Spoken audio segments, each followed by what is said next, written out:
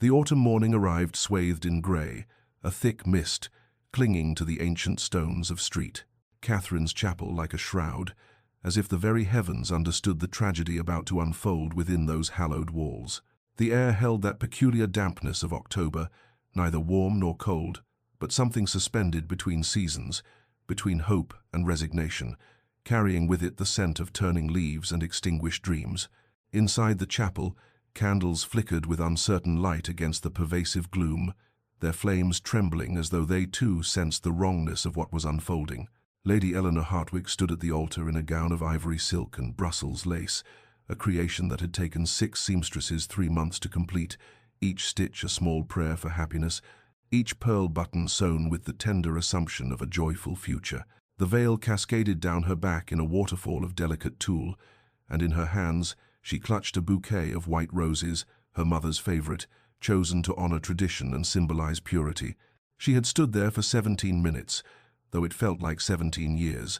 watching the chapel door with an expectation that grew more desperate with each passing moment. Behind her, the rustle of silk and the clearing of throats grew more pronounced, transforming from polite patience into something else, something that made her skin prickle with the first stirrings of alarm. The vicar shifted his weight from foot to foot, his prayer book held before him like a shield, his eyes darting between Eleanor and the door with increasing discomfort. She could hear the whispers beginning, soft as moth wings at first, then gaining strength and substance until they seemed to fill the very air around her. "Where is Lord Pemberton? Surely he will arrive any moment. Perhaps the carriage has broken a wheel. How strange, how terribly, and terribly strange." Eleanor felt the truth settling over her slowly, like ice forming on a winter pond, starting at the edges and creeping inward until her entire chest felt frozen, her lungs struggling to draw breath through the crushing weight of realization. He was not coming. Thomas Pemberton, the man who had courted her for 18 months, who had recited poetry beneath her window and promised her the moon and stars, who had kissed her hand with such tender reverence and sworn before her father that he would cherish her all his days, he was not coming. The whispers grew louder, no longer concealed behind gloved hands, and she heard the word she would come to despise above all others: pity.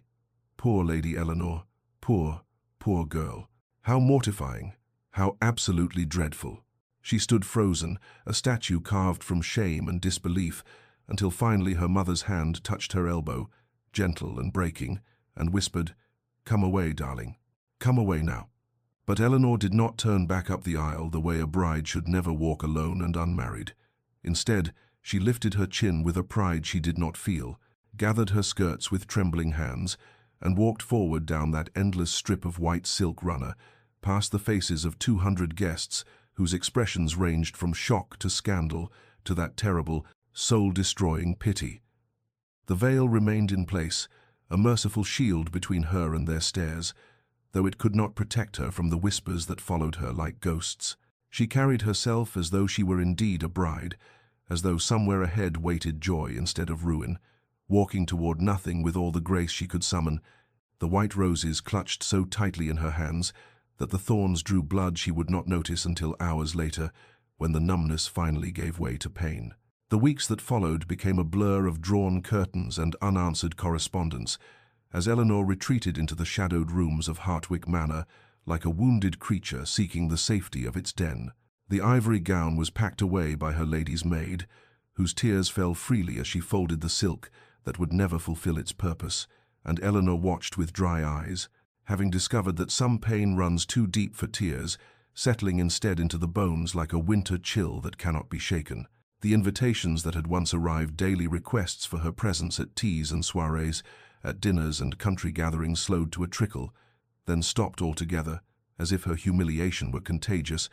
something that might spread to those who came too close. The few visitors she received came with carefully arranged expressions of sympathy that only deepened her mortification, their eyes sliding away from hers as they murmured platitudes about time healing all wounds and the Lord's mysterious plans, words that meant nothing and changed nothing. Her mother sat with her in the mornings, needlework in her lap, but her eyes constantly seeking Eleanor's face, searching for signs of recovery that did not come, while her father retreated to his study, unable to find words adequate to his fury at the man who had done this to his daughter. Her younger sister, Charlotte, would appear in her doorway at odd hours, bearing tea or books or simply her presence,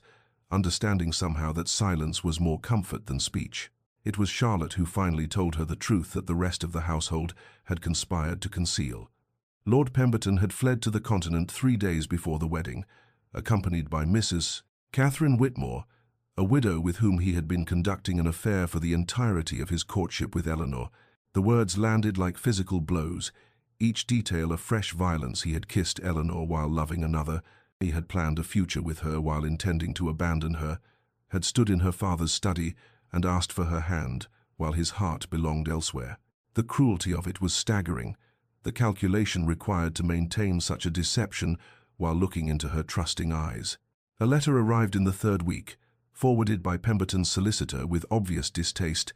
and Eleanor opened it with hands that no longer trembled because she had moved beyond trembling into something colder and more permanent. His words were brief and brutally honest in their selfishness. He had realized he could not marry without love, had found that love elsewhere, believed she would eventually understand, and perhaps even thank him for his honesty. The audacity of it, that he framed his betrayal as a kindness, his abandonment as integrity, ignited something in her chest that might have been rage if she had possessed the energy for such a vital emotion. Instead, she walked to the fireplace in her father's study, held the letter to the flames until the fire caught, and watched the paper blacken and curl, his careful script disappearing into ash and smoke, taking with it the last remnants of the girl who had believed in poetry and promises, leaving behind someone harder, colder, and infinitely more alone. 4 years had passed since that grey October morning, 4 years in which Eleanor Hartwick had transformed herself from abandoned bride into something else entirely, not quite what she had been before, for that innocent girl was gone forever, but something harder and more deliberate, a woman constructed from will and necessity rather than hope and feeling. She had become a fixture of quiet respectability in the county, her days occupied with the practical management of her father's estate affairs, a role she had assumed gradually during those dark months of isolation, and which she now performed with a competence that surprised even herself. The account books that had once seemed impossibly complex now yielded their secrets to her patient attention, and she discovered in herself a talent for organization and efficiency that had lain dormant beneath the frivolous accomplishments expected of young ladies, the watercolors and pianoforte, the French and needlework that prepared one for drawing rooms, but not for life. She attended society functions with careful regularity, understanding that complete withdrawal would mark her as broken rather than merely wounded, but she maintained a distance that had become her signature, a polite reserve that discouraged intimacy while preserving propriety. The invitations had gradually returned, though they came now with a different quality, as if she were a charity case to be included out of obligation rather than desire, and she accepted them with the same cool grace with which she declined the occasional, half-hearted courtship attempts from widowers and younger sons who saw in her a respectable option unencumbered by excessive expectations. She had become known, and she knew it with bitter clarity, as the woman who was left at the altar, her identity frozen in that moment of public humiliation, as if nothing she did before or after could matter as much as that single day when she stood waiting for a man who never came. Her competence with estate management, her intelligence in matters of business and politics, her quiet acts of charity in the village, none of it signified as much as that defining abandonment, and she felt sometimes as though she were a character in a story whose plot had concluded prematurely, leaving her to wander through subsequent chapters as a ghost of narrative purpose. Yet beneath the careful armor she had constructed, beneath the cool efficiency and measured smiles, there remained something she tried desperately to ignore, a longing for connection that manifested in the quiet moments when her guard dropped, when she watched her sister Charlotte with her new husband and felt an ache she could not name, when she walked past Street, Catherine's chapel, and remembered not the humiliation, but the hope she had felt before it was destroyed. She told herself that safety was enough, that independence was a kind of victory, that she had transcended the need for romantic attachment, but in the deepest hours of night she knew these for the lies they were, understood that she had not transcended desire, but merely buried it beneath fear, and this internal conflict exhausted her more than any amount of ledgers or correspondence ever could. As autumn arrived once more, bringing with it the traditional opening of the social season, Eleanor prepared herself for another round of polite endurance, arranging her face into its customary expression of pleasant neutrality, never imagining that this season would be different from all those that had preceded it, never suspecting that transformation was not always a thing one chose, but sometimes a thing that chose you, arriving uninvited and irresistible as the changing of leaves or the turning of tides. The country house gathering at Meadowbrook Estate was already in full swing when Eleanor arrived with her parents, the great hall filled with the familiar faces of county society and several notable figures from London, drawn by the reputation of Lady Pemberton's legendary autumn entertainments, a fact that struck Eleanor with bitter irony, as their hostess shared a surname with the man who had destroyed her, though no relation existed between them. She had perfected the art of entering such spaces with her armor fully in place, her expression pleasantly neutral, her posture conveying quiet confidence, while her eyes remained carefully averted from too direct contact, a strategy that allowed her to be present without being truly visible, to fulfill social obligations without risking genuine connection. It was during her retreat to the relative safety of the music room, seeking temporary respite from the ceaseless hum of conversation and laughter, that she first became aware of him, a tall figure standing near the windows, his profile severe and striking against the afternoon light, his attention focused on the gardens beyond rather than the gathering behind him, suggesting a man as eager to escape the performance of sociability as she was. Lady Eleanor Hartwick, her hostess's voice announced with unnecessary volume, having followed her supposed escape with a new guest in tow. May I present His Grace, the Duke of Thornwick? He recently returned from diplomatic service in Vienna. Eleanor turned with practiced courtesy, extending her hand and offering the appropriate words of greeting, while her mind catalogued details with the automatic assessment that had become second nature. Nathaniel Ashford, Duke of Thornwick, perhaps 35 years of age, known for his intellect and his reserve, being sought after by ambitious mothers, but apparently uninterested in the marriage market, his reputation suggesting a man more comfortable with treaties than with drawing-room conversation. His eyes were grey, she noticed, a clear, penetrating grey that seemed to look past surface appearances to something deeper, and when his gaze met hers, she felt an unexpected flutter of awareness that she immediately suppressed, recognizing it as dangerous, a betrayal of the careful distance she maintained. "Lady Eleanor," he said, his voice low and measured, absent the effusive charm that characterized so many men of his station, "Lady Pemberton mentioned you have been instrumental in managing the agricultural improvements at Hartwick Manor. I confess I am more interested in discussing crop rotation than the weather, if you will forgive such unfashionable conversation." The surprise of it that he had sought her out, not as an object of curiosity or pity, but for her knowledge, that he had somehow learned of her work rather than her scandal, created a small crack in her armor, and she found herself responding with genuine engagement rather than polite deflection, their conversation turning to the challenges of modernizing estate management while preserving tenant welfare, to the new agricultural theories being debated in London, to the practical applications of scientific farming methods. He listened with focused attention, asked intelligent questions, offered insights from his own estates that suggested a man who involved himself in such matters rather than delegating them entirely to stewards, and Eleanor felt something she had not experienced in 4 years. Intellectual excitement, the pleasure of being understood as a thinking being rather than merely a decorative or tragic one. Their discussion lasted perhaps 20 minutes before duty and propriety demanded they return to the larger gathering, but as Eleanor moved away, she carried with her the memory of those grey eyes, watching her with something that looked remarkably like respect, and the unsettling awareness that something had shifted in her carefully controlled world, though she could not yet name what it was, or whether she welcomed or feared the change. The second encounter came 3 days later at Lord and Lady Ashworth's evening salon, one of those carefully orchestrated gatherings where political discourse was expected to mingle with cultural refinement, where the gentlemen discussed parliamentary matters over port, while the ladies were relegated to needlework and gossip. In an adjacent room, a division Eleanor had always found stifling, though she had learned to navigate it with the same careful neutrality she applied to all social situations.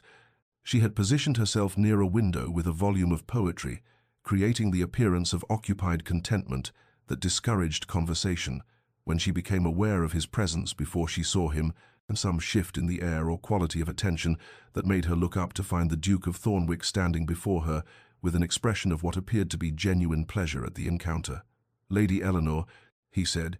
his voice carrying that same measured quality she remembered,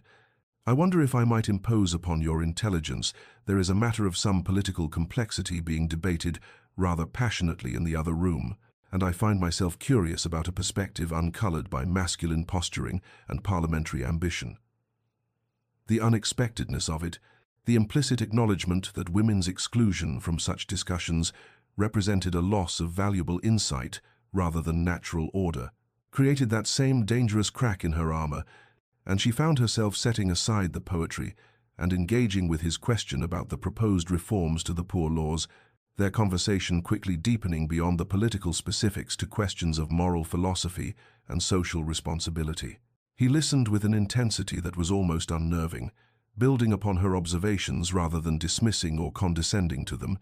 and she discovered in him a mind that valued complexity over easy answers, nuance over dogma, a quality of intellectual honesty that she had rarely encountered in drawing-room discourse. They had moved on to discussing a recent philosophical treatise when she became aware of the whispers, that familiar sound that had haunted her for 4 years, and caught the words, "Poor Lady Eleanor's misfortune," from Lady Haversmith's direction, followed by speculative murmuring about the Duke's attention to someone of her unfortunate history. The old shame rose in her throat, hot and choking, the reminder that she would never be simply Eleanor, simply a woman with thoughts and capabilities, but always the abandoned bride, the object of pity and gossip, and she felt herself beginning to withdraw, to retreat behind her careful walls. But Nathaniel, she had begun to think of him as Nathaniel rather than the Duke, though she would never speak his Christian name aloud, turned with a deliberate smoothness that suggested he had heard every word, addressing Lady Haversmith with perfect courtesy to inquire about her son's recent appointment, redirecting the conversation with such skill that the gossip was diffused without direct confrontation,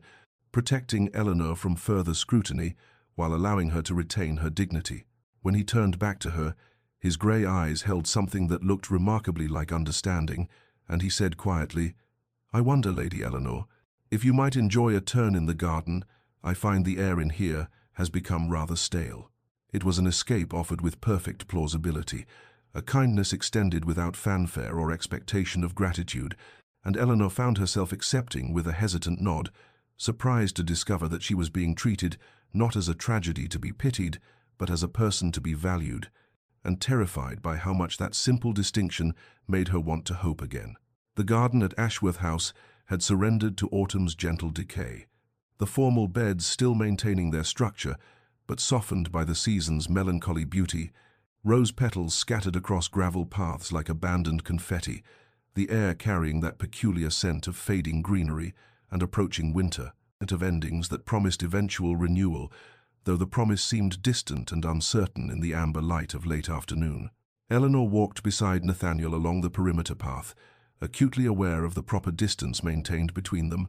of the way her skirts whispered against the stone edging, of how the lowering sun cast their shadows long and separate across the grass, two distinct forms that occasionally merged when the path narrowed but never quite touched in reality, only in that projected darkness that seemed somehow more honest than their careful physical separation. Their conversation had shifted from the political and philosophical to something more personal, though still carefully guarded, and she found herself listening as he spoke of the particular loneliness of his position, how duty and expectation created a kind of isolation that crowds could not penetrate, how one could be surrounded by people seeking favor or alliance and still feel fundamentally alone, understood by none, known by none, seen only as a title and a collection of responsibilities rather than as a man with thoughts and doubts and the same human longings that animated every heart. "I have spent much of my life," he said quietly, pausing to examine a late-blooming rose that had somehow survived the recent cold nights, its petals tinged with frost damage but still clinging to beauty. Performing a role that leaves little room for genuine connection, one learns to be cautious, to assume that interest is strategic rather than sincere, that friendship is often a disguised petition for influence. Eleanor felt something shift in her chest, a recognition that mirrored her own experience, though from a different direction. For she too had learned that people's interest in her was rarely about who she truly was, but about what she represented. Though in her case it was not power they sought, but the titillation of tragedy, the satisfaction of pitying someone whose misfortune made their own lives seem more fortunate by comparison. "I understand something of that isolation," she heard herself say. The words emerging before her careful control could stop them, though perhaps from the opposite perspective, to be seen only as a moment of public humiliation rather than as a complete person, and to have one's entire identity reduced to a single terrible day. They had reached a small stone bench beneath an ancient oak, its branches nearly bare now, and by unspoken agreement they sat, maintaining that careful distance, but somehow closer in understanding than proximity alone could achieve. And in the silence that followed, Eleanor felt something she had not experienced in 4 years, the comfort of being understood without needing to explain, of recognition passing between two people who had learned to protect themselves but were tentatively, carefully, lowering their guards in the presence of someone who might comprehend what that protection cost. Nathaniel turned to look at her directly, those grey eyes holding hers with an intensity that should have felt intrusive, but instead felt like being truly seen, and he said, "It requires tremendous courage, I think, to continue appearing in society when society has proven itself cruel, easier, by far, to retreat entirely, yet you persist with grace and dignity that speaks of extraordinary strength." The words landed in a place Eleanor had not known was waiting for them, some deep internal space that had been braced for pity or admiration of the wrong kind. But here instead was something different, respect for a quality she had never named in herself, acknowledgement of a choice she had not realized she was making every time she entered a drawing room or accepted an invitation, the simple courage of refusing to disappear despite how much easier disappearing might have been. As they rose to return to the house, the gathering dusk making continued absence from the party inadvisable. Eleanor realized she was smiling, and then, unexpectedly, wonderfully, terrifyingly, she was laughing at some small observation he made about their hostess's overly dramatic arrangements of autumn foliage, and the sound of her own genuine laughter startled her, for she could not remember the last time she had laughed without the sound being a performance of normalcy, a mask of ease covering the careful numbness beneath. Walking back through the garden with the lights of the house growing closer, Eleanor felt hope stirring against her will, dangerous and insistent as spring growth pushing through frozen ground, and with the hope came immediate terror, the visceral memory of what hoping had cost her before, the reminder that letting someone matter gave them the power to destroy, and that opening her carefully constructed armor even slightly might allow in not just light, but devastating pain. And she found herself simultaneously wanting to run toward this unexpected connection and to flee from it entirely, caught between the longing for something real and the fear that reality had already proven itself untrustworthy, that she was being foolish again, naive again, setting herself up for another humiliation that she might not survive twice. The weeks that followed the garden encounter at Ashworth House accumulated with a quiet inevitability that Eleanor found both thrilling and terrifying. As autumn deepened into the sharp clarity of approaching winter, and the Duke of Thornwick became an increasingly frequent presence in her carefully ordered life, his visits to Hartwick Manor, ostensibly concerned with matters of business with her father, questions about land management practices, inquiries about a particular breeding line of sheep that Lord Hartwick had developed, requests for introductions to the estate's remarkably efficient steward. But Eleanor was not so naive as to believe these consultations required the personal attention of a duke, nor that they necessitated the books he began leaving for her. Volumes of philosophy and poetry that appeared in the drawing room with her name inscribed on small cards in his precise, elegant hand, being selections that revealed he had been paying attention to their conversations with a care that made her chest tighten with equal parts warmth and fear. Her sister Charlotte noticed first, of course, appearing in Eleanor's chambers one evening, with eyes bright with suppressed excitement, to declare that the Duke had called 3 times in a single week, and surely Eleanor must see what that meant, must understand that a man of his position did not make such efforts without serious intent, and their mother began displaying that particular quality of cautious hope that Eleanor found almost unbearable, as though she feared that naming the possibility aloud might cause it to dissolve like morning mist, leaving only disappointment in its wake. Eleanor herself moved through these weeks in a state of hypervigilance,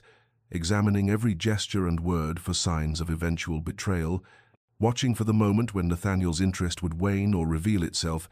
as something other than what it appeared, some cruel game or, worse, genuine pity for the abandoned woman who had learned to manage estates because she had nothing else to occupy the hollow space where a marriage should have been. It was during one of his visits, when they had retreated to the library ostensibly to discuss a philosophical treatise on moral duty that he had lent her the previous week, and that the moment came, which would later seem inevitable, but felt in the instant like a small catastrophe. They had been debating a particularly complex argument about the relationship between individual conscience and social obligation, Eleanor gesturing to emphasize a point about the author's flawed logic, when their hands brushed across the open pages of the book, and the contact sent such a shock of awareness through her that she froze,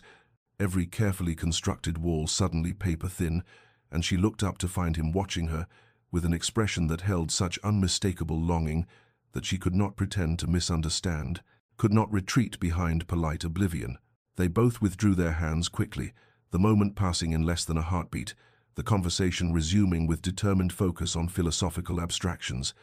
But something had shifted. Some acknowledgement had passed between them that could not be taken back, and as Eleanor watched him prepare to leave an hour later, noting the careful way he never pressed beyond what she offered, never demanded more time or attention than she was willing to give, she began to understand that his patience was not static, but rather evidence of a fundamental respect for her autonomy, for her right to guard herself, and this recognition was perhaps more dangerous than any passionate declaration could have been,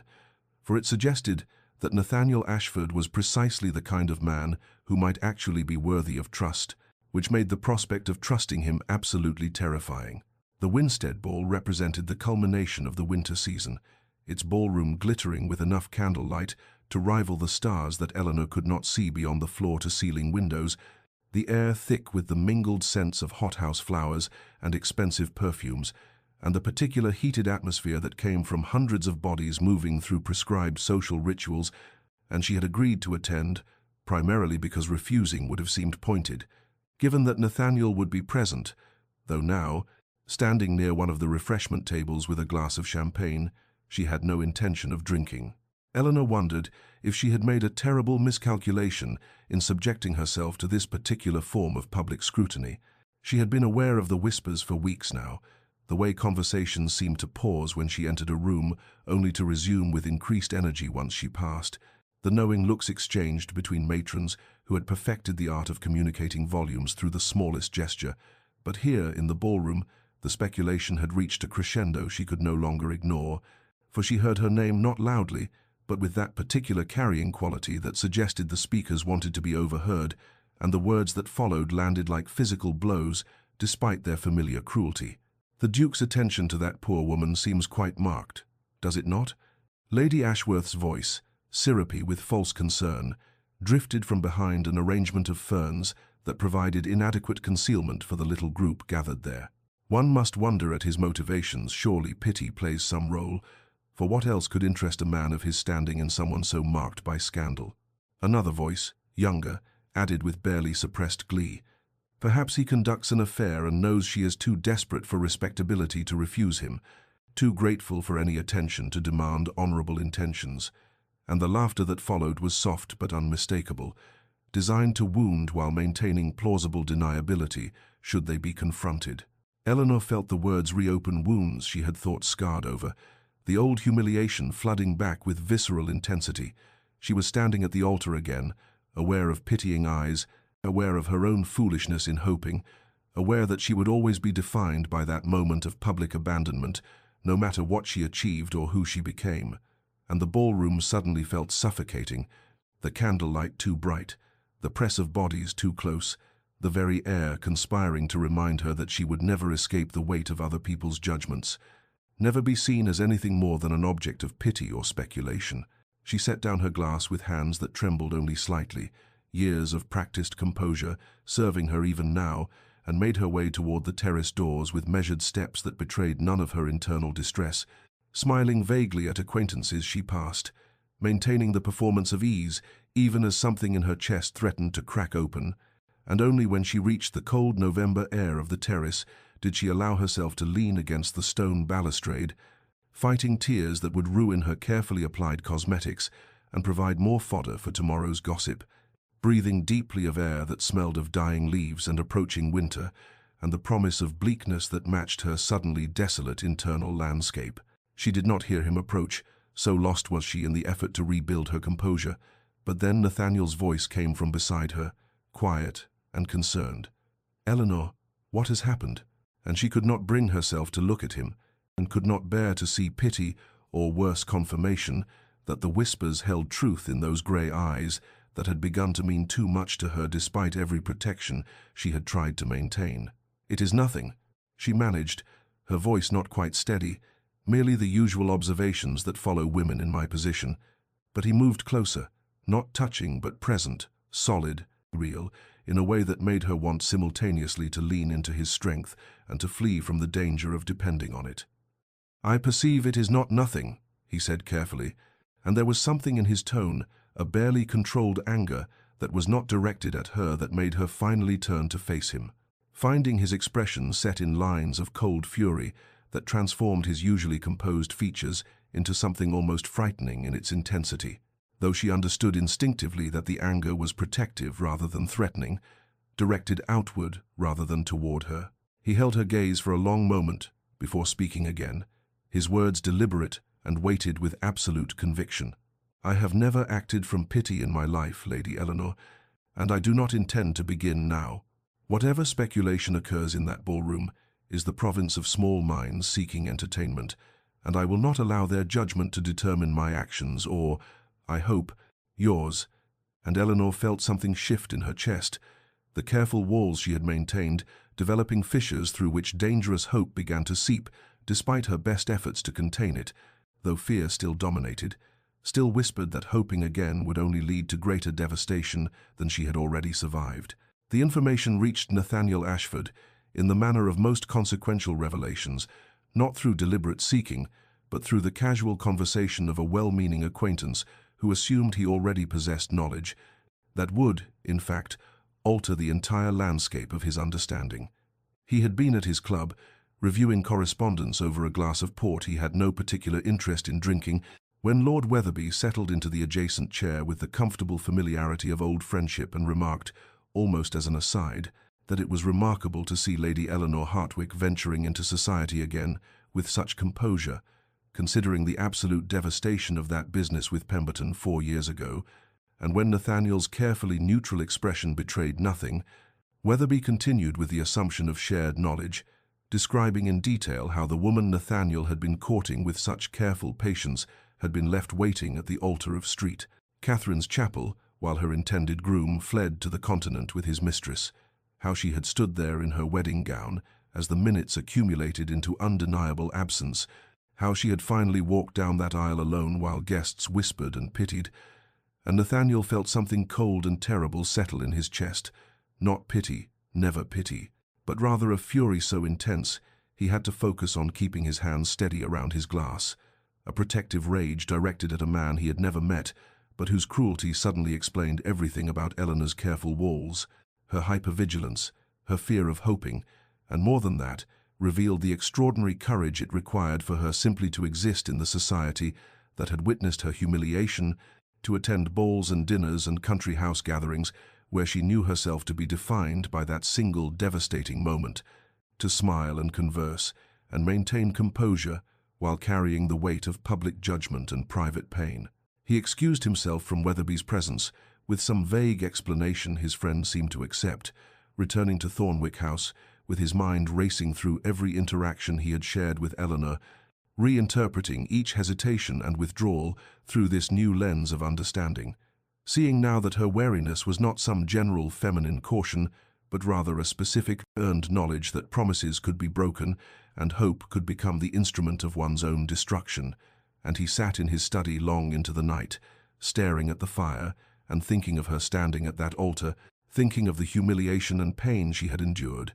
thinking of the man who had inflicted such cruelty and feeling a cold fury that would have frightened him had he been capable of examining it objectively, but mostly thinking of Eleanor herself, of the strength it took to rebuild a life from such ruins, to risk even the small vulnerabilities she had offered him, despite knowing exactly how devastating betrayal could be. When he called at Hartwick Manor the following afternoon, he came with absolute resolve that his demeanor would not change, that she would see no pity in his expression or manner, that he would give her no reason to believe this knowledge had altered his regard in any way, except perhaps to deepen his respect for her resilience and his determination to prove himself worthy of her trust. And when Eleanor received him in the drawing-room, he watched her face carefully, saw the guarded assessment in her eyes as she tried to determine whether he had heard, whether he now knew her shame, and he responded by treating her exactly as he always had, with respect and careful attention, and the kind of regard that recognized her as a complete person rather than a tragedy to be pitied. He had not planned to invite her to accompany him on his visit to the Thornwick tenants who had recently welcomed their fourth child, but in the moment it seemed the perfect demonstration that his knowledge changed nothing of substance between them, and when he extended the invitation, treating her as a partner whose opinion and presence he valued rather than a fragile creature requiring protection, he saw something shift in her expression, a tentative easing of tension, and during the hours they spent visiting the tenant family, discussing matters of estate management and appropriate support for growing families, the naturalness of their partnership became evident in ways that transcended words, their complementary strengths, the way they seemed to anticipate each other's thoughts, the easy collaboration that suggested not pity or charity, but genuine compatibility. And as they returned to Hartwick Manor in the late afternoon light, Nathaniel understood that his resolve had crystallized into something unshakable. He would court Eleanor Hartwick with such consistency and patience that she would come to understand that not all men were Pemberton, that some promises were kept,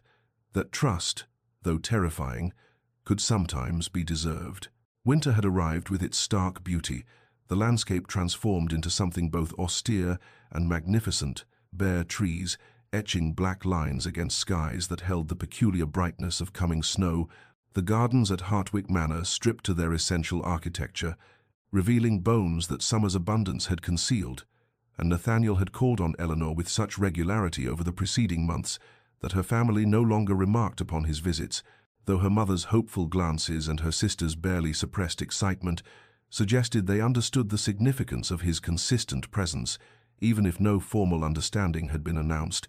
And on this particular afternoon, Eleanor had received him in the library where they had spent so many hours in comfortable conversation, the fire crackling in the hearth, and the winter light filtering through the windows with that quality of illumination that seemed both cold and crystalline, and they had been discussing some matter of estate management, the comfortable discourse of shared interests and complementary perspectives, when Nathaniel's demeanor shifted in a way Eleanor perceived immediately, a subtle change in his posture and expression that signaled the conversation was moving into territory more personal and infinitely more dangerous. He had set down his teacup with deliberate care, his grey eyes meeting hers with an intensity that made her breath catch even before he began to speak, and when the words came they were measured and careful, chosen with the precision she had come to recognize as characteristic of his approach to all consequential matters. Lady Eleanor, I hope you know that my regard for you has grown over these months into something I can no longer contain within the boundaries of friendship. I have come to understand that what I feel is admiration, certainly, but more than that, affection of the deepest kind, and I find myself unable to imagine a future that does not include your presence, your partnership, and your companionship in all the years to come. He continued speaking, his proposal unfolding with careful logic that emphasized partnership and mutual respect, speaking of their shared interests and compatible temperaments, of his desire for a union built on intellectual equality and genuine regard rather than mere social convenience. And Eleanor heard the words as though from a great distance, her mind suddenly unable to process their meaning, even as her body responded with visceral terror. Her hands began to tremble, her chest constricting with the familiar sensation of panic, the room seeming to tilt and spin as memory overwhelmed present reality. And she was standing at the altar again, dressed in white satin and Brussels lace, waiting for a man who would never come, aware of whispers and pitying glances, aware of her own foolishness in believing promises that proved worthless, and the shame and humiliation of that day crashed over her with such force that she could not speak, could not breathe, could not do anything but sit frozen, while Nathaniel's carefully constructed proposal hung in the air between them like something beautiful and terrible and absolutely impossible to accept. She saw his expression shift from hopeful expectation to immediate concern, his instinctive movement toward her checked by some intuitive understanding that proximity might worsen rather than ease her distress, and he said something, words she could not quite process through the roaring in her ears, his voice gentle and careful, giving her space, offering release from the expectation of immediate response, and Eleanor found herself standing, though she had no memory of rising, found herself moving toward the door with jerky, uncoordinated movements that betrayed the complete dissolution of her usually impeccable composure, and Nathaniel made no move to stop her, simply stood watching with an expression of such concerned gentleness that it somehow made everything worse, made the terror more acute, because she wanted desperately to say yes, even as every instinct screamed that hoping again would lead only to greater devastation than she had already survived. And she fled the library without speaking, leaving him standing alone beside the fire, while her mind waged war against her heart, desire battling terror in a conflict that left her breathless and shaking as she reached her room and closed the door against the world and the dangerous, beautiful, absolutely impossible future he had offered her. Eleanor reached her room and closed the door with trembling hands, leaning against the solid wood, as though it might hold back, not just the world, but the torrent of emotion, threatening to overwhelm her entirely, and through the window she could see snow beginning to fall in thick, silent flakes that transformed the familiar landscape into something alien and strange, covering the gardens and pathways with white that seemed both pure and suffocating. And she moved to the window seat with unsteady steps, pressing her forehead against the cold glass, while her mind replayed Nathaniel's proposal in endless, torturous repetition, his careful words, his sincere expression, the hope she had seen in his grey eyes, before her panic had driven her from the room, and beneath his voice she heard the echo of other promises, felt the ghost of that day 4 years ago when she had stood in white satin and believed herself beloved, when she had waited at the altar with her heart full of naive hope, while minutes accumulated into certainty that she had been abandoned, left standing before God and society as a monument to misplaced trust and foolish faith, and the terror that gripped her now was not rational or reasoned, but rather visceral and complete, the bone-deep certainty that hoping again would lead only to greater devastation, because this time she would know better, this time she could not claim the excuse of innocence, and if Nathaniel proved false, if he left her as Pemberton had left her, she would have only herself to blame for being stupid enough to believe that promises meant anything, that affection could be trusted, that a man's regard might actually prove constant rather than convenient.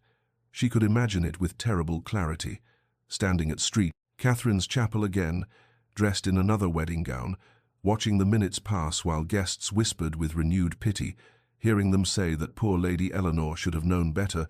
that clearly there was something wrong with her if 2 men found her unworthy of keeping their promises, and the humiliation would be unbearable this time, because it would be compounded by her own culpability in hoping, in trusting, in allowing herself to believe that she might deserve happiness, and yet even as these thoughts spiraled through her mind with increasingly frantic intensity, another voice whispered beneath them, quieter but persistent, reminding her of the past months, of Nathaniel's unfailing consistency, of the way he appeared exactly when promised and treated her with respect rather than pity,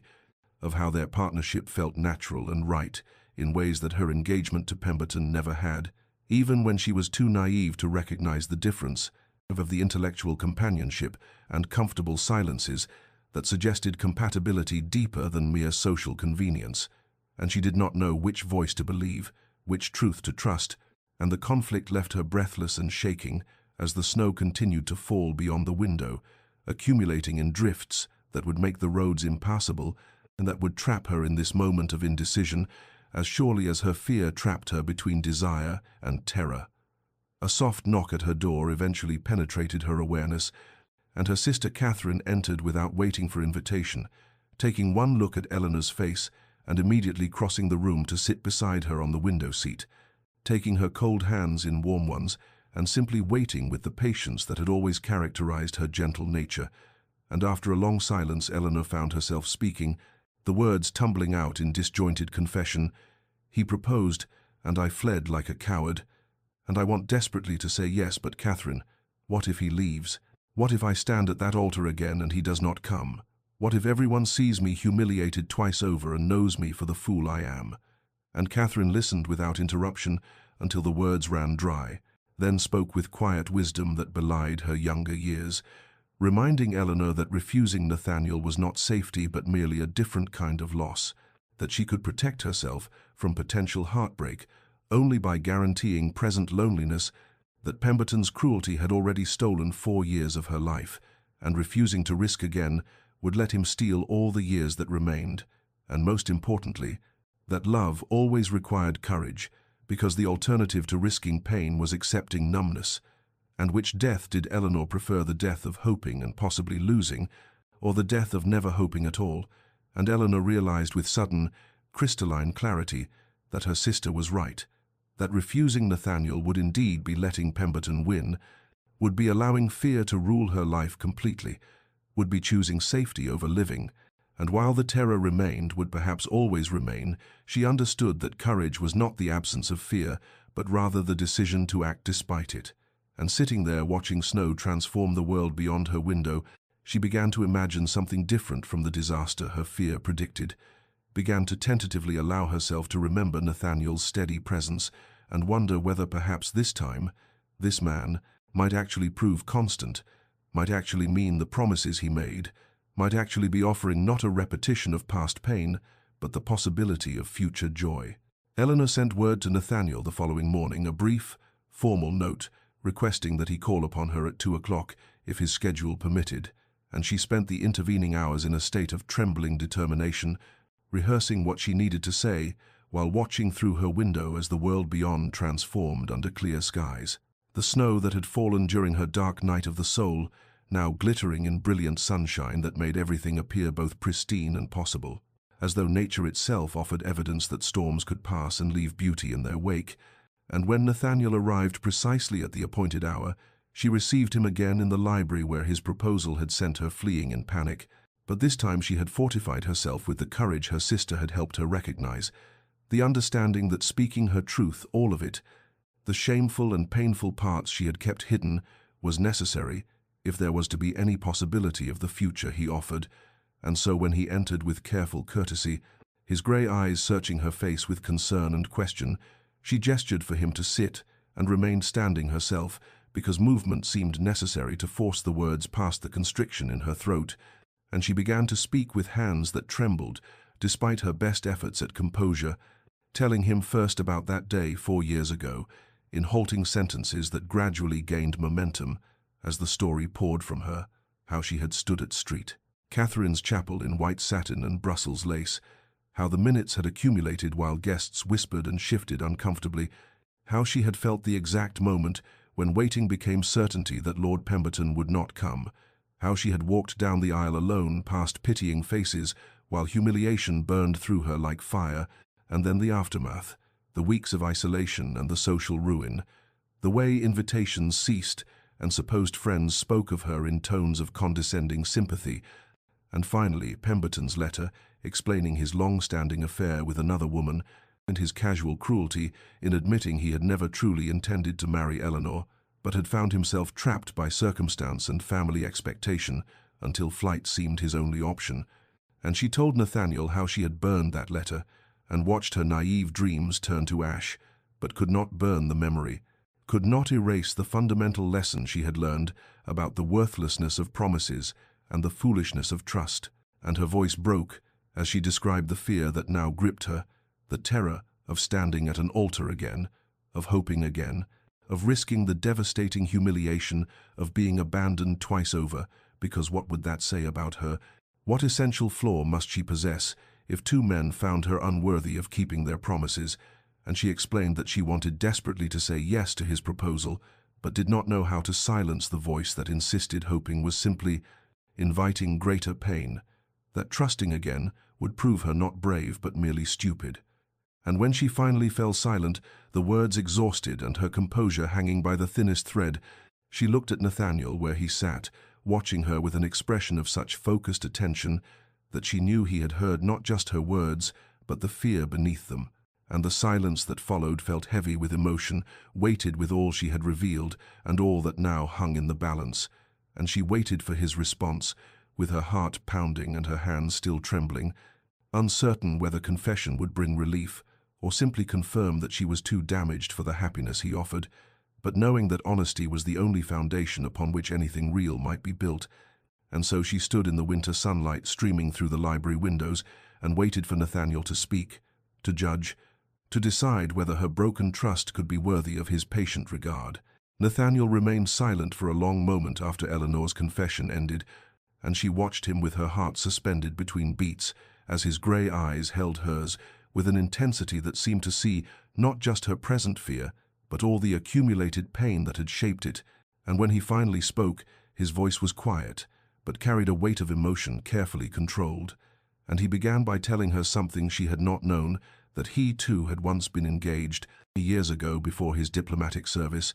to a young woman of good family whom he had believed he loved with the fervent certainty of youth.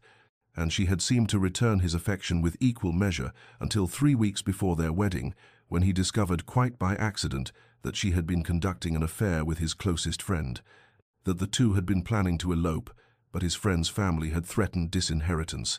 and so she had remained engaged to Nathaniel while maintaining her true attachment elsewhere. And he had confronted her only to hear her admit with casual cruelty that she had never loved him, but rather his title and fortune, that she found him too serious and cold, that marrying him would have been a sacrifice she was willing to make for security but not for love. And Nathaniel told Eleanor that he had ended the engagement immediately and thrown himself into diplomatic work abroad,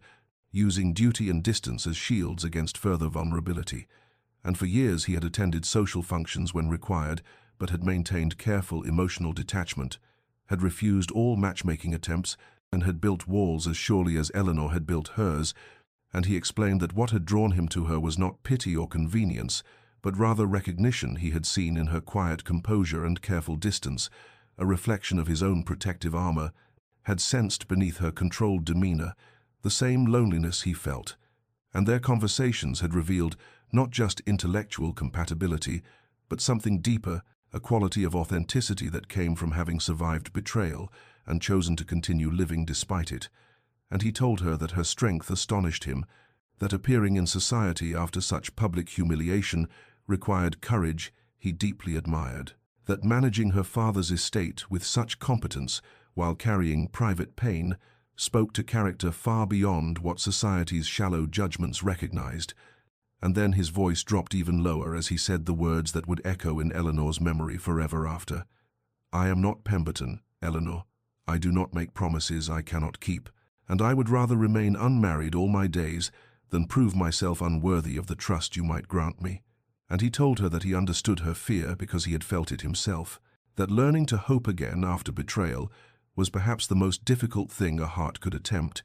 and so he would not press her for an immediate answer or demand that she set aside years of protective caution simply because he asked it, but instead he proposed that they have a long engagement, months or even a year if she required it, with no public announcement, no societal pressure, simply time for her to observe his consistency, to test his promises against his actions, to become certain in her own mind and heart that he meant what he said,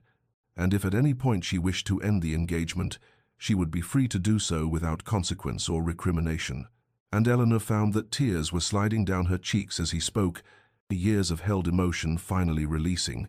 and she realized that she was crying not from fear now but from something more complex, relief that he understood, gratitude that he offered patience rather than pressure,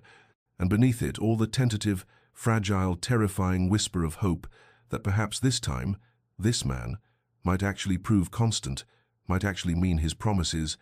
might actually be offering not a repetition of past betrayal, but the possibility of future joy. And she managed to nod, though she could not yet speak, accepting his offer of time, not saying yes, but crucially not saying no either.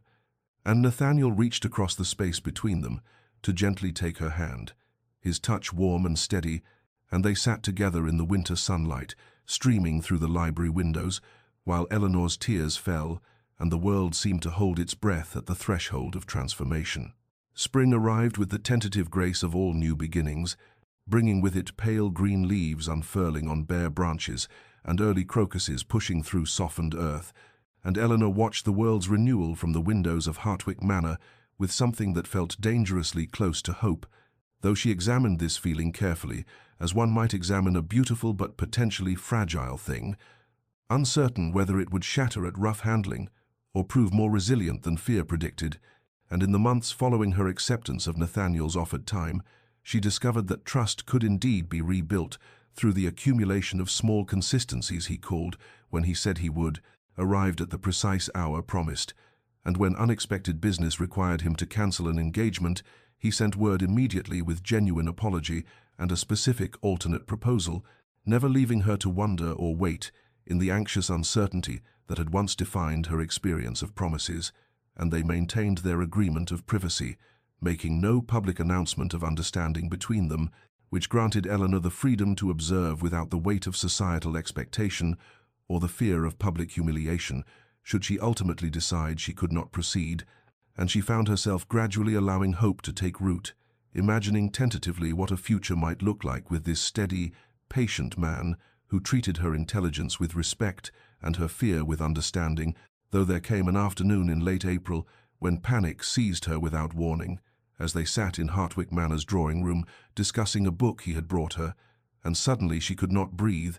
could not think past the overwhelming certainty that she was being foolish, that trusting again would inevitably lead to fresh devastation, and she stood abruptly with some stammered excuse, expecting anger or frustration at her irrational terror. But Nathaniel simply set down his teacup and regarded her with those steady grey eyes and said quietly, "Eleanor, I am not going anywhere. Take whatever time you need. I will be here when you are ready to continue our conversation, or if you would prefer, I can take my leave and return tomorrow. Whatever grants you peace." And his calm acceptance of her fear without judgment or pressure somehow steadied her more than any protestations of devotion could have done. And in early May they attended a village charity event together at St. Catherine's Chapel, and Eleanor felt her heart pound as they approached the building where she had once stood, abandoned. But Nathaniel walked beside her with solid presence, and as they entered the nave with its familiar stone arches and stained glass windows, she realized, with something like revelation, that the chapel was simply a building, that the past was simply memory, that these physical spaces held only the power and meaning she chose to grant them, and standing there with Nathaniel's arm steady beneath her hand, she understood that she was not the same terrified, abandoned girl of 4 years ago, but rather a woman who had survived devastating pain and learned that she possessed a strength she had never imagined. And perhaps more significantly, she recognized that Nathaniel was not Pemberton, that his consistent presence over these months of quiet courtship had demonstrated character that actions proved far more reliably than words ever could. And as they moved through the chapel distributing baskets to families in need, Eleanor felt something shift fundamentally within her. A loosening of the fear that had gripped her heart for so long, a cautious but genuine belief that perhaps this time, this man, this possibility, might actually lead not to fresh heartbreak, but to the authentic partnership and joy she had once dreamed possible. Summer arrived in waves of warmth and abundance, transforming the gardens of Hartwick Manor into a riot of color and fragrance, and Eleanor stood at her bedroom window one evening in late June, watching roses bloom in the golden light of approaching sunset, their petals unfurling with the confident certainty of things that knew their season had arrived, and she felt something settle within her that had been unsettled for so very long, a quiet certainty that mirrored the rose's unhesitating bloom, a recognition that her season too had finally come, that the long winter of fear and the tentative spring of cautious hope had given way to something warmer and more sure, and she realized with sudden crystalline clarity that she was ready, that the fear which had gripped her heart for months had not disappeared entirely, but had transformed into something she could carry without being crushed by its weight, into courage rather than paralysis, and she knew with bone-deep certainty that she wanted to marry Nathaniel Ashford. wanted to build a life with this patient, steady man who had proven through accumulated small consistencies that his promises meant something, and the realization brought not panic as it once would have, but rather a sense of rightness that felt like coming home after long exile. And so she left her room with purpose, moving through the familiar corridors of Hartwick Manor and out into the gardens where she knew she would find him, for he had developed the habit of walking among the roses in the evening when he called, and she found him there as expected, his tall figure outlined against the honeyed light.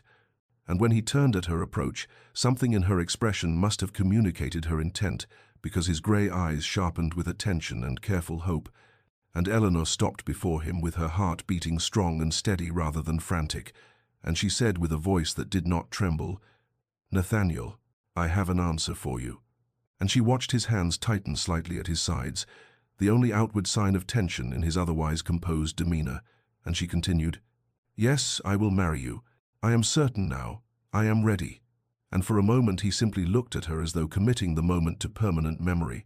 and then joy broke across his features like sunrise, carefully controlled, as all his emotions were, but unmistakably genuine. And he stepped forward to take her hands in his touch warm and solid and real, and he said quietly, "Eleanor, you have made me happier than I believed possible."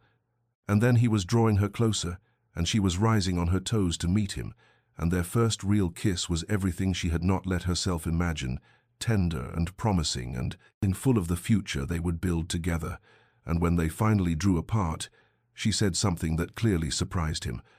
"I want to marry at St. Catherine's Chapel." And she saw his momentary concern that she was forcing herself to face trauma, but she shook her head and explained, "I will not let that place remain a site of sorrow. I will transform it, reclaim it, make it mean something new." And Nathaniel's expression shifted to profound admiration, and he said, "You are the bravest person I have ever known." And they stood together in the summer garden as the light faded to rose and gold, planning a future that felt not like naive dreams, but like solid ground beneath their feet. Eleanor's decision to marry at St. Catherine's Chapel required explanation, for Nathaniel's initial response had been immediate concern that she was forcing herself to confront trauma before she was ready, that she was attempting to prove something to society or to herself through sheer force of will rather than genuine healing. But she took his hands in hers there in the summer garden and explained with quiet conviction that this was not about forcing anything, but rather about reclaiming what had been stolen from her, that she would not allow that beautiful old chapel with its stone arches and jeweled light to remain forever in her mind as the site of her greatest humiliation, that she refused to grant Pemberton's abandonment the power to transform a sacred space into a place of permanent pain. And as she spoke, Nathaniel's expression shifted from concern to profound admiration, for he understood that this was not the decision of a woman running from her past, but rather one who had decided to face it directly and transform its meaning through the creation of new and better memories. And he said quietly that he would support whatever she decided, that they could marry anywhere or nowhere as long as they married, but that if she chose St. Catherine's, he would stand beside her with pride and joy. And in the days that followed, they began to plan a ceremony that would be intimate rather than grand, including only those people who had truly supported Eleanor through her darkest time rather than the obligation invitations and social climbing guests who had witnessed her first intended wedding. And when Eleanor told her parents of her decision, her mother wept with a complicated mixture of joy at the engagement and emotional recognition of her daughter's courage, while her father embraced her with fierce pride and said that she had become a woman of greater strength than he had ever imagined possible. And her sister Catherine responded with such enthusiastic support that Eleanor found herself laughing at the torrent of wedding planning suggestions, though they kept the plans simple and personal rather than elaborate. And there came an afternoon in July when Eleanor drove alone to St. Catherine's Chapel, asking her driver to wait while she entered the quiet nave by herself. And she stood in the precise spot where she had stood 4 years earlier in her elaborate gown, with her heart full of naive hope, waiting for a man who would never come. And the memory rose sharp and painful as it always did in this space. But this time Eleanor did not flee from it, but rather let herself feel it fully, the humiliation, the grief, the shattering of dreams. And then she consciously chose to forgive herself for having hoped that first time, for having been young enough and trusting enough to believe in promises that proved empty, and she allowed herself to acknowledge that hoping again with Nathaniel was not foolishness, but rather the profound courage of someone who had been devastated and yet refused to let devastation define the remainder of her life. And she stood there in the colored light, falling through stained glass windows, and made a promise to herself that when she returned to this chapel as a bride, she would not be the same frightened girl who had waited here in vain, but rather a woman who knew her own worth and had chosen a man who recognized and honored that worth consistently through action rather than empty words. Autumn had returned to the countryside with its particular slant of golden light and crisp promise of transformation, and on a morning in late September, 4 years almost to the day since that grey dawn, when Eleanor had waited at an altar for a man who never came, she stood once more in her bedroom at Hartwick Manor, preparing to become a bride. But everything about this preparation felt fundamentally different from that first fevered anticipation, for where once there had been frantic hope and nervous excitement, now there existed a deep, calm certainty that settled in her bones like bedrock. And her gown reflected this transformation, being simpler in design than the elaborate confection she had worn before, made of ivory silk that fell in clean, elegant lines without excessive ornamentation, as though the dress itself understood that she no longer needed artifice or decoration, but could stand in her own essential truth. And as her mother fastened the small pearl buttons at her back, Eleanor noticed that her hands were steady rather than trembling, her breathing even rather than quick with panic, and she met her own eyes in the mirror and recognized the woman looking back at her, not the naive girl who had believed promises came without proof, but a woman who had been broken and had painstakingly reassembled herself into something stronger and more authentic than she had been before. And when her father came to collect her, his eyes filled with tears as he said she had never looked more beautiful, though Eleanor knew he meant not her appearance, but rather the quality of peace that emanated from her, the visible evidence of hard-won healing. And as they drove through familiar countryside toward Street, Catherine's chapel, she noted, landmarks that had not changed in 4 years, while she had changed entirely, the ancient oak at the crossroads still spreading its branches in benediction, and the stone bridge over the stream, still arching gracefully over water that flowed always forward, never back. And when the chapel came into view, her heart beat strong and steady rather than frantic, and the autumn morning had blessed them with weather that seemed like grace made manifest, warm light pouring through gaps in white clouds to gild the ancient stones. And her father helped her from the carriage with a hand that trembled slightly, though hers did not, and together they entered the chapel's small vestibule, where Catherine waited with Eleanor's simple bouquet of roses and Michaelmas daisies, her sister's face radiant with joy and fierce pride. And then the chapel doors opened, and Eleanor could see down the short aisle to where Nathaniel stood, waiting beside the altar. His tall figure, solid and present and utterly certain, his grey eyes finding hers immediately with an expression of such profound love and steady commitment that Eleanor felt tears prick her eyes, though they were tears of gratitude rather than fear, and as she walked forward on her father's arm, she was acutely aware of the profound difference between this moment and that terrible morning 4 years ago. For then she had walked toward empty space and broken promises, while now she walked toward a man who had proven through countless small consistencies that his word meant something, that his presence could be relied upon, and that he would not vanish like morning mist when tested. And when her father placed her hand in Nathaniel's, the warmth and solidity of his grasp felt like an answer to questions she had been asking for years, and she knew with absolute certainty that she was finally, truly chosen. The ceremony began with such quiet simplicity that it felt almost like a prayer rather than a public declaration, and as Eleanor stood beside Nathaniel before the vicar, she was acutely aware of the faces gathered in the pews behind them, not the crowd of obligation and curiosity that had witnessed her first intended wedding, but rather the small collection of people who had truly loved her through her darkest time,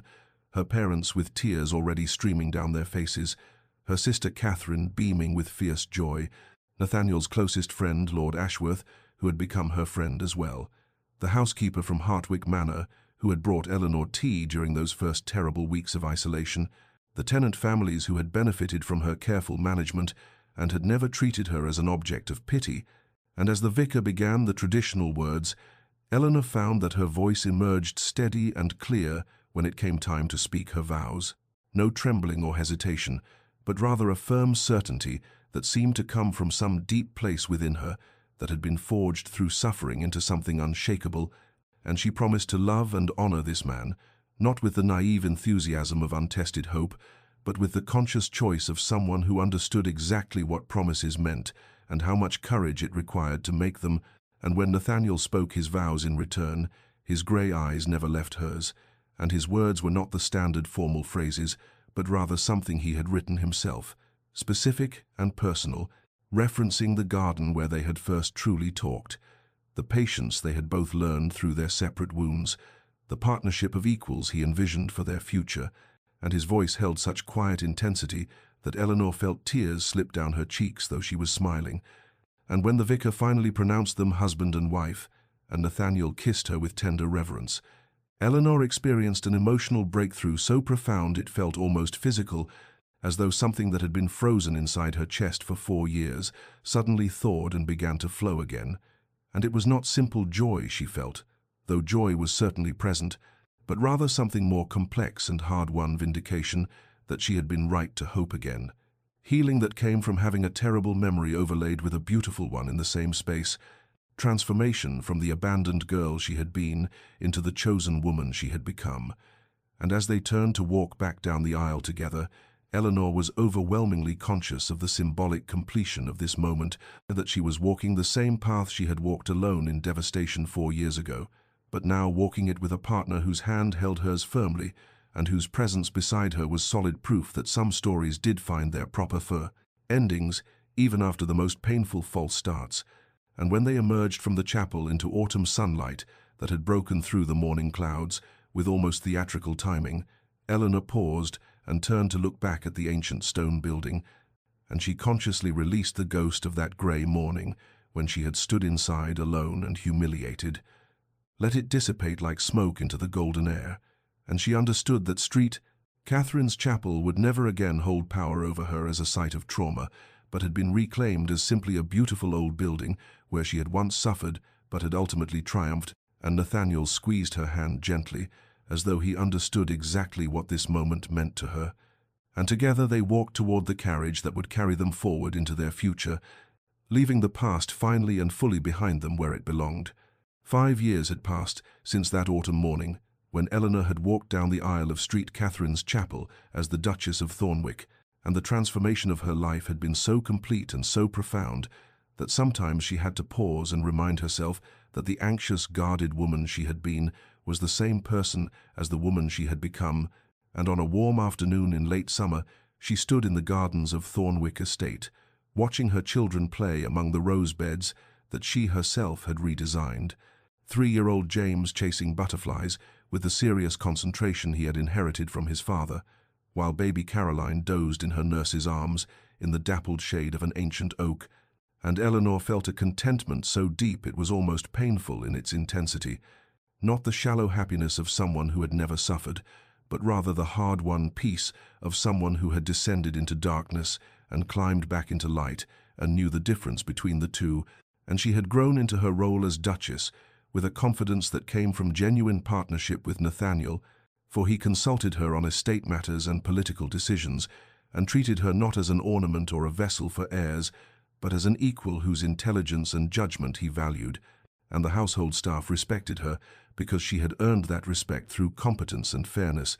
and the tenants trusted her because she knew their names and their concerns and worked tirelessly to improve their conditions. And when society whispered about the Duchess of Thornwick, now they spoke not of the woman who had been abandoned, but rather of her remarkable management of the estate during Nathaniel's absence on diplomatic missions,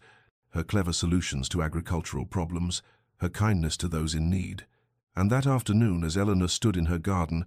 a carriage arrived bearing a young woman she had met briefly in London, Lady Beatrice Weston, whose face bore the particular pallor and brittle composure that Eleanor recognized immediately as the mask of recent social devastation, for Beatrice's engagement had been broken under scandalous circumstances, and she had come to Thornwick at Eleanor's gentle invitation to escape the worst of London's gossip, and Eleanor received her with warmth and without questions, understanding that what the girl needed most was simple acceptance without judgment, and over tea in the drawing room, Beatrice's composure finally cracked, and she spoke haltingly of her humiliation and her fear that she would never recover, that her life was effectively over at 22, and Eleanor listened with the patience of someone who had walked this path herself, and when Beatrice finally fell silent, Eleanor spoke quietly of her own experience, not in dramatic detail but with simple honesty, and she told the younger woman that the pain she felt was real and valid, and should not be diminished, but that it would not last forever. That healing was possible even when it seemed impossible, that sometimes what felt like the worst thing that could happen was actually a redirection towards something better, and Beatrice looked at her with dawning hope, as though Eleanor's very existence was proof that survival was possible. And later that evening, when the children had been put to bed, Eleanor and Nathaniel sat together in the library, in the comfortable silence of two people who did not need constant conversation to feel connected, and he looked up from the correspondence he was reading to study her face, with an expression of such enduring love that Eleanor felt her heart expand, as it still did after 5 years of marriage, and he said simply that watching her counsel Beatrice had reminded him of why he had fallen in love with her in the first place, her strength and compassion and refusal to let suffering make her bitter, and Eleanor crossed to him and took his hand and reflected aloud that she was grateful for all of it, even the pain, because that terrible day at St. Catherine's Chapel had set her on a path that led eventually to this room, this man, this life, and she understood now that sometimes the worst heartbreak was necessary to break open the places where real love could eventually take root.